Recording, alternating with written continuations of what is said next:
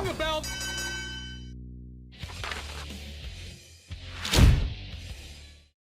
Hello, everyone, and welcome to the Slam Society, and welcome to my review show here of MLW Summer of the Beasts from the Melrose Ballroom, New York City, August 29th. Dude, here's the thing, right? This weekend has been hectic, and there was just no way that I was going to be able to get this out, the day of Summer of the Beasts, because bro, like, there's only so much time I have these days. And, what do you know? The last few weeks, there have been no shows. This weekend, I've got MLW. Then I find out TNA had Emergence, which I forgot about. Then WWE had Bash in Berlin. Then we had to do a simulation of Bash in Berlin. And, I had to watch WZWA Millennium Final, as a retro review. And, then I find out NXT was today. I thought NXT was going to be in a couple of days, but no. No Mercy must be, a bigger PLE for NXT. So, yes, I've been a little inundated, and it's taken me hours to get through a 2.5-hour show here for MLW Summer of the Beasts.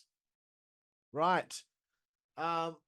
We start the show off with a doomsday clock. It pops up during the beginning, and it's going to get to 0 at some point later in the show, before the end of the show. Jesus introduces Bad Dude Tito, who's going to be in a quarterfinal match here for the Opera Cup. He's taking on Alex Kane, the former MLW World Heavyweight Champion. I could not pick a winner for this one because they've been a little up and down with Alex Kane. He's won some, he's lost some, but I thought maybe, just maybe, something would happen here for him, working with Tito here. But they're giving a bit more of a rub, I suppose, to the Bad Dude. I did like the T-bone on the floor early on. At first I thought, that's not a T-bone, that's a porterhouse. There's a bit of a stalemate, let's just say that. They talk about Tito being in TMDK. Did you know TMDK started in my city, Perth, Western Australia? Yep. Tito hit an F5. They had a good back and forth because that's a very interesting note. And then Tito surprised Kane with the Bret Hart reversal of a sleeper hold. Tito's in the semifinals, 8 minutes, 16 seconds, bitch. I have a feeling Tito's going to win the whole goddamn thing. It'll either be him or Mystico. We'll fucking see, hey? Riddle arrives baked, clearly baked, bro. Fist pumping, some workers. And by workers, I mean like just backstage workers, not like in-ring workers. Kojima was just standing there. And then they had a little bit of a back and forth with them both chanting bitch ass CONTRA, which is so stupid. It's stupid. Then it froze. I heard that they had some technical difficulties. I heard that Timothy Thatcher and Bobby Fish had a match to start the show, and it did not make the final cut because of their technical issues, which to me, it's not a problem. I didn't mind that because Thatcher and Fish would have been kind of like, how would I describe it? Like pretty much like every other match on this fucking card. Most of them were fucking cold matches. Most of them. The following matchup for after this though was, excuse me, let me try and get my words out properly. The following matchup that came after this one was Janai Kai defending the featherweight championship against Hanako from Stardom. I like that MLW don't have a massive women's division, so quite often they will bring in some of the international talent and flavor who you don't often get to see in the US scene, like Hanako, who I've seen a couple times in Stardom. But once Julia left Stardom, I kind of lost interest. But Kai had a heat which was a really interesting note to put on this review. She solidified herself in MLW. I have to admit, I wonder where she goes from here, though. Like, after she drops the belt, hopefully she'll stick around a bit longer. But it seems like a place like MLW is kind of like a place where people will come and go quite a lot. But I would assume that TNA might be an interesting option for Janai Kai, or more trips to Japan. So no other option other than those two makes sense to me. No one else. NWA maybe, but no one else. A bit of an anticlimactic finish, though, I must say here. Like, they had a good little battle, but this was again about trying to get Janai Kai over and giving her another win. She chokes Hanako out for the tap out, 6 minutes, 11 seconds. But I did think the finish was anticlimactic. We get to see the Doomsday Clock again, and Joe Dombrowski and Christian Cole are so concerned. the sell job from the commentators.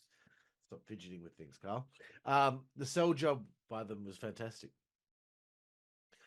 Filthy Tom Lawler with Mr. Saint Laurent. It's almost like sneezing. Laurent taking on TJP here in a 40-minute, 18-second match. Again, laughing at MSL with his fucking outfits, bro. So good. There was not much to say here because it felt like they're both heels and it's just a tournament match. It's a bit uninteresting, I have to admit. It's good, of course, it's good, but these matches are a dime a dozen these days. I don't know, man. I don't know. Look, I like tournaments. I do. For some reason, this show here today, like, and you know what? This wasn't a bad show, dude. This was not a bad show. It was not a bad show, but you know, you're just watching cold matches over and over again. Like I will admit, like I got a bit sleepy watching it. Even though I know I've got problems with my sleep, but you know, that's just the way it is. Things will never be the same. That's just the way it is. Oh yeah. Lawler lost to Paul Walter Hauser. So if TJP lost here, then there's a problem. MSL getting knocked down by TJP did pop me. I love what do they say? Joey Dombrowski said that he fell down and like a turtle who's landed on his shell. A froggy by TJP on Lawler. That tricked me. Well done, boys. I thought that was it, but TJP hit him with a knee and got the win with that. And I thought this was given too much time, but whatever. That's just me. I'm an advocate for short matches. CONTRA cut a promo on the screen and they showed the crowd whilst this was happening, and I thought that was a bad idea because the crowd were like sitting there like on their phones, you know, not really paying attention, so it kind of looked bad. But another cold match came up after this. Oh, by the way, I couldn't really hear what Kruger was saying either in that promo. Matthew Justice taking on Matt Riddle in a match that goes 10 minutes and 25 seconds, yeah? Again, another kind of cold match. Justice hit a choke slam on Riddle through a door in the corner. I would suggest Justice, no choke slams, bro. No, just leave them to like big guys like, you know, Kruger or whatever. The spot of the match was Riddle hitting a superplex through the table. I knew I was going to yawn, which was insane and ferocious. A very good stalemate between the two. And you know what, Riddle? Bro, he has been on point since being back in MLW. Well done, you little son of a bitch. One question. Is Bill Alfonso already gone as Justice's manager? Fuck. The Brostone is hit onto the chair. It looked very painful for Mr. Justice. But you know what? I found this to be a decent match. They did have a table set up on the outside between the barricade and the apron, but it was never utilized, which I was rather disappointed by. Anyway, yeah, Riddle won. So let's move forward. BRG with Bobby Fish takes on Paul Landan in a match that goes only 5 minutes 28. Really? I thought it went longer than that. Okay.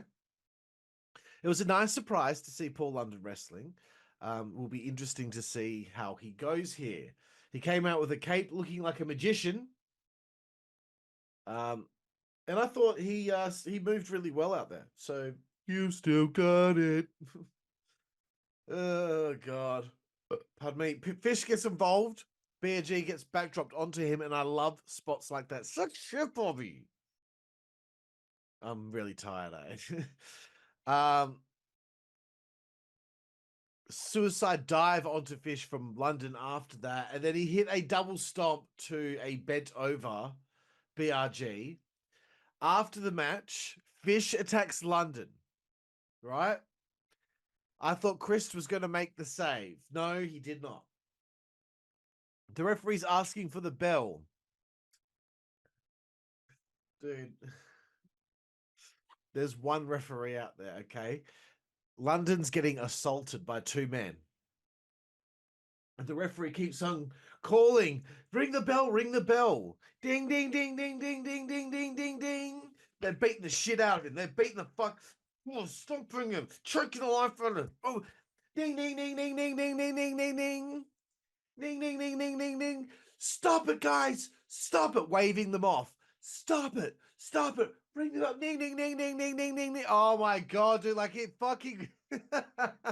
This referee called for the bell like 25 times and I started laughing because I'm like, no one's coming out to help.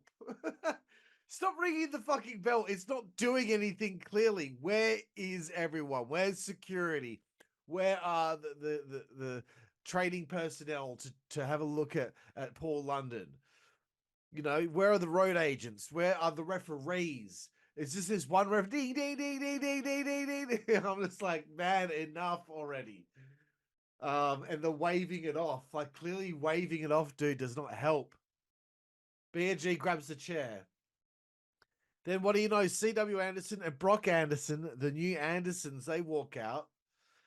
And not a knock on Brock, okay? But Brock, I bet when he was a little kid, he looked like he had like an old man's face, you know?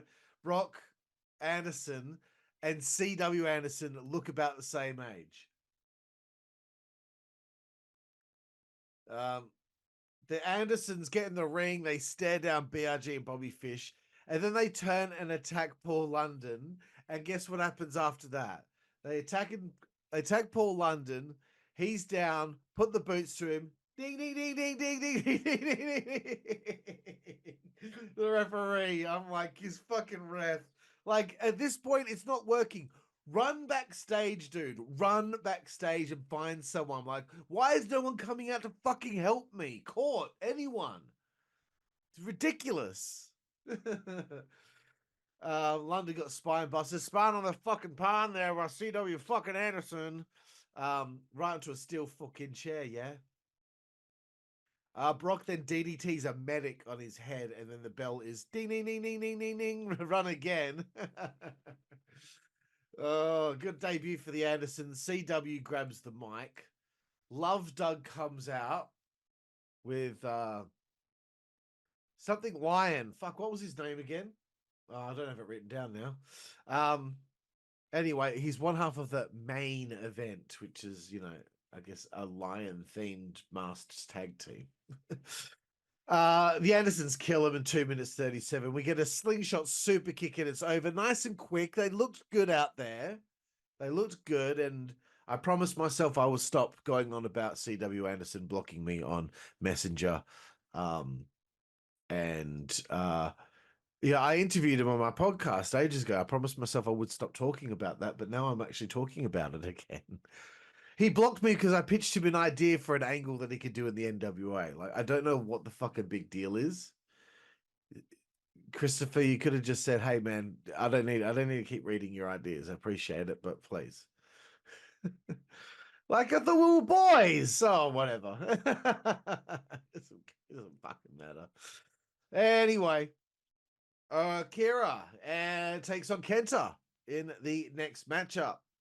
I thought Akira should win this. Um, you know, oh god, Joe Dombrowski was talking about Kenta, or you know, and the way he is. He goes to a beat of his own drum. I won't fit in your box, and I burst into laughter. I'm like, dude. Oh, my head's in the gutter, mate. It's obvious that I'm really tired, like I'm deliriously tired. Uh, when a show is cold match heavy, I have a wicked hard time being able to concentrate. Um, you know, so you know what I did? I paused it and I went and mowed my lawn. And then after that, I went to the shops. Then I was gone a little while. Anyway, I came back and I pressed play. Akira fired up, but I did not think Kenta should win. Why? Because Akira has been there for a while. He never took Ricky Shane Page's title off him. So I thought Akira should walk away with the win here, brother. They took each other to the limit. Yeah. Boring. Who cares? We get a GTS attempt. Reversal into a small package. Akira hit a GTS and then Kenta no sold it. Then, oh, boys. I was enjoying the match. And then you got to do the tough guy bullshit.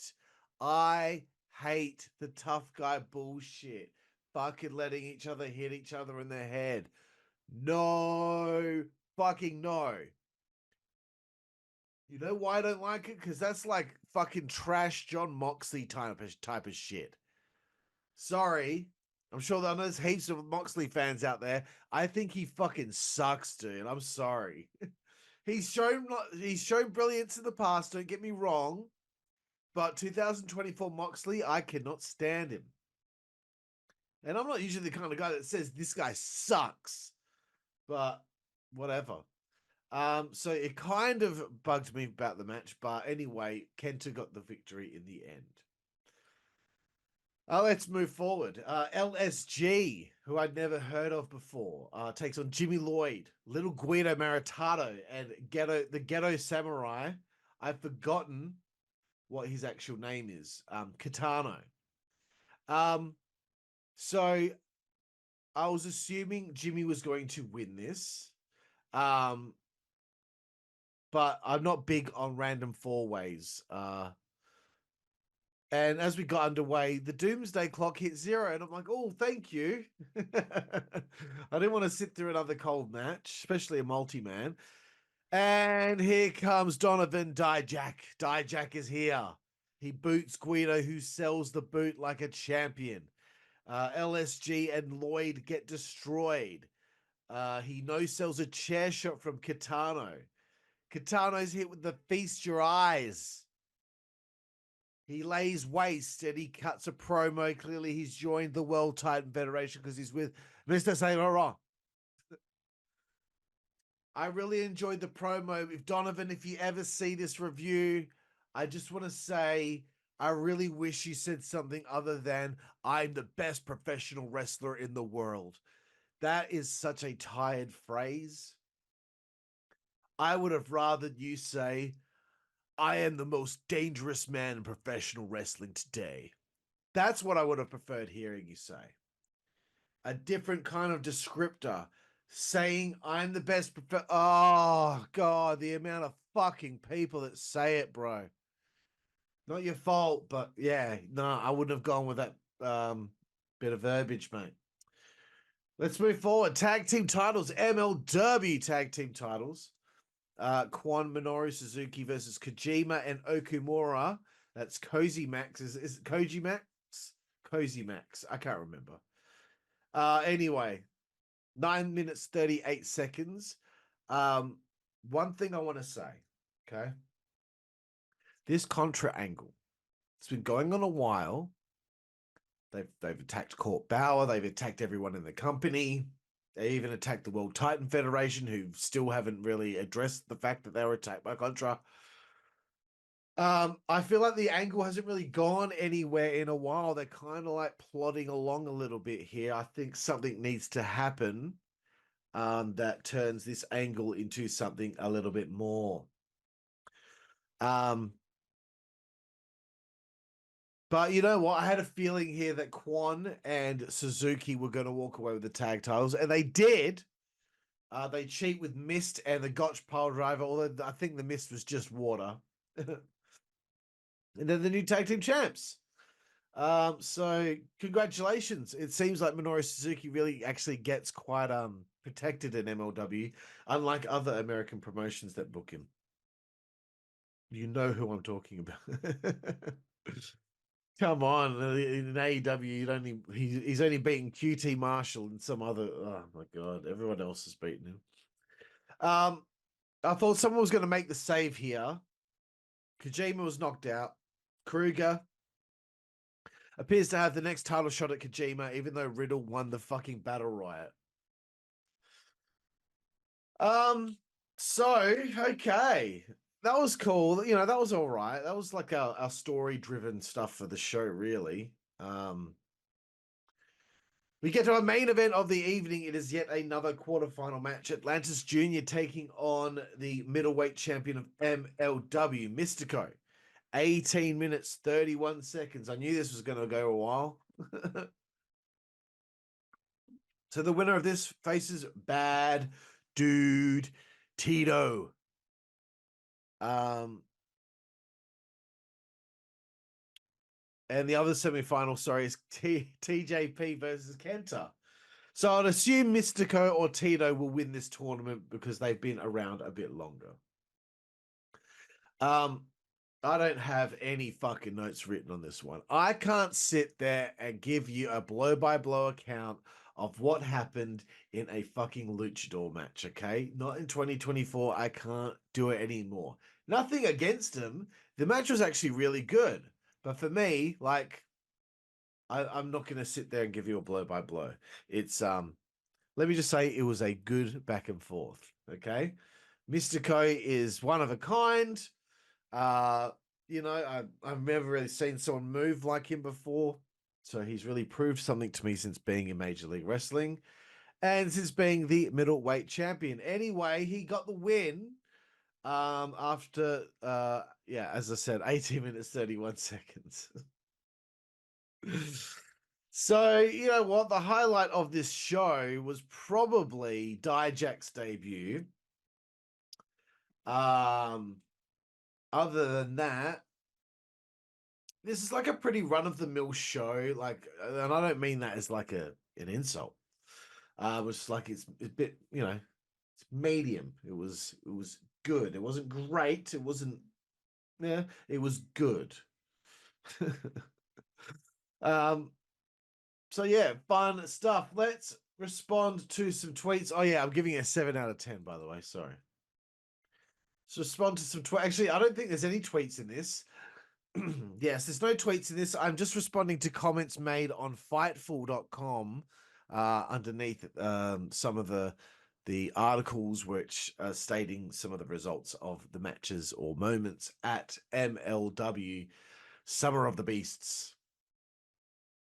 3 days ago, Anthony Elite Wondercan. And his picture is of Tony Khan. Oh my god. What, like, all 11 people in attendance seemed to be into it. And I actually responded saying, don't be a dick. Because you're being a fucking dick, dude. You are being a dick. Right? Like, unfortunately, they're not in a level right now where they can, you know, pull a big crowd. They don't have the luxury of having a father with $1 billion in his bank account for you to just spend on wrestling. That's kind of how it works, right? Like, you can't really succeed on that level unless you have money to help advertise your company and build your company up into something that, you know, is larger than life. So for you to be sitting there on your fat ass, Anthony Elite Wonder Khan, and make fun of how much they've drawn, fuck you. You're an asshole and you're not a good fan. You're a terrible wrestling fan. Tweet number 2, again from Anthony Elite Wonder Khan. It was under an article that was about the Andersons joining up with Bobby Fish and BRG. Oh, great. Just what MLW needs. Another stable of washed up do well bums. Never do well bums? Oh my god. You know what? Like, I can't even really dignify that with an answer. You're just an asshole. Oh, great. Just what, yeah. You fucking sarcastic little prick. Okay, fuck you. And then we're going to go to a cagematch.net rating and comment. Adequate show is exactly how I would describe this show. MLW puts on an uneven product. Some stuff is really great, but a lot of feuds and angles are either flat or outright bad. You know what? Like, I agree to a degree. I agree to a degree. That they're very hit and miss. Sometimes they have a few really good shows in a row, then they'll have like a bit of a dud or something like that, or continuity that is really important to follow doesn't get followed. But I think for the most part, they're doing really well. And I hope that they continue to grow, and I hope TNA continue to grow because both of their, attendances are pretty similar. So, there we have it. There we fucking have it. My review here of MLW Summer of the Beast 2024 from the Melrose Ballroom in New York City. I'm Karlifornia, and we will see you down the road. Fucking tired. What the fuck?